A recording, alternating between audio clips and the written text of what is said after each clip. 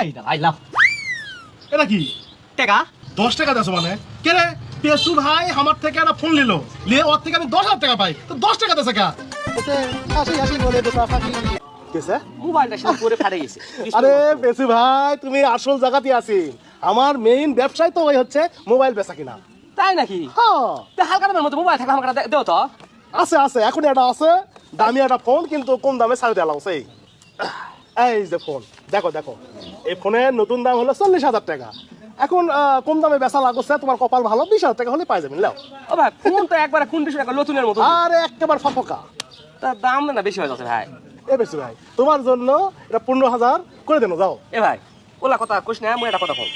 মোর যা বাজেট আছে তাই মুই একবারে একদম 10,000 টাকা লিয়া পাম ভাই না হলে তোর ফোন দিলি তো ভাই কি এটা মুশকিল মুই তাহলে কেন ভাই বেসা ধর তোমার তুমি ভাই আমাদের এলাকার ভাই উঠ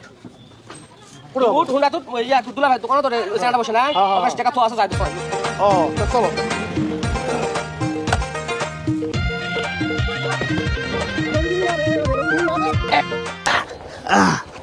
এ ঠাকুর